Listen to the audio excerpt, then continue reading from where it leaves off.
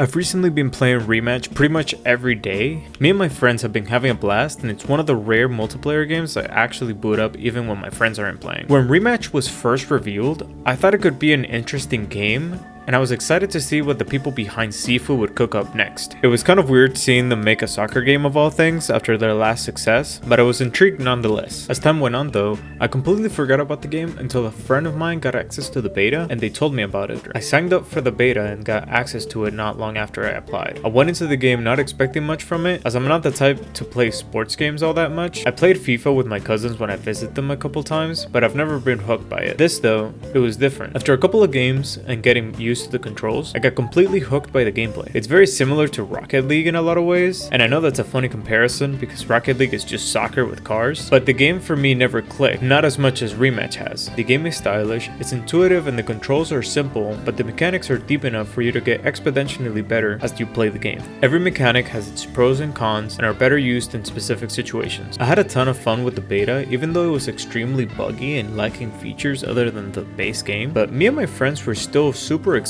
for the full release and all the content that would bring. One of my friends was so excited for it, in fact, that he pre-ordered the most expensive version of the game and got to play it early. He then proceeded to refund the game only an hour after playing it. I was really taken aback by this, so I decided to ask him what changed for him to decide that the game was no longer worth it. He explained that during the beta, the game was super fun and he was very happy with it, even if it was lacking the extra features. But that was the beta. Once the game came out and the only game progression was either ranked or a paid battle pass, it no longer felt worth for him, as the realization that he paid $50 for this sunk in. Now, I believe that the game is fun enough for me to warrant the $30 price, but Rematch seems to want to have its cake and eat it too. When the game was revealed to be a paid title, it's normal for people to expect a higher standard of polish and for microtransactions to not be as present. Right off the bat, the game introduces a paid battle pass for much of its customization. Now, I could get into my issues with the battle pass system as a whole, but that's besides the point. Having a free-to-play model in a paid title is not a good thing, and when that's one of the only forms of progression that you have in the game, it becomes even more of a glaring issue. I haven't seen many people talk about this for some reason, but I think the biggest reason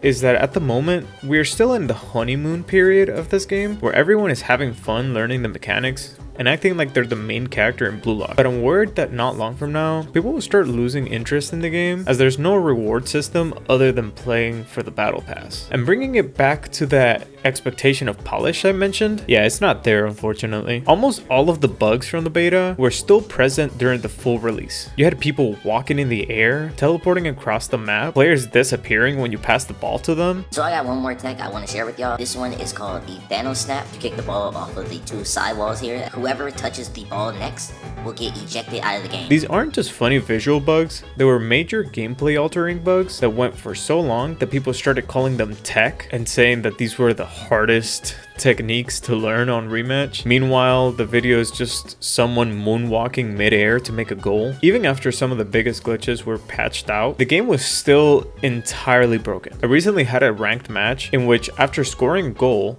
my game crashed. After booting up the game again and reconnecting to the match, I noticed that everybody in the match from both sides had crashed simultaneously, as everybody was joining back one by one. How does that even happen? And even little things that should have been fixed from the beta are still broken. Like the fact that the cancel button for the queue is entirely for decoration, because the game will continue to look for a queue even after you've pressed it for some reason. Given all of this, I'm unfortunately under the belief that the game will need some serious changes if it wants to stay competitive and survive for a long time. Otherwise, we will have another Overwatch 2 situation in which the game just goes full free to play and the people that paid for it just get like a hat or something. And it might seem like I'm hating on the game or hoping that it dies out, but I genuinely love the game, so much so that I bought the game for the friend that refunded it and another friend of mine, just so I could play it with them again. I hope the game thrives and only continues to get better as more content gets added, but in its current state, I'm worried for its future. That's all I had to say for today.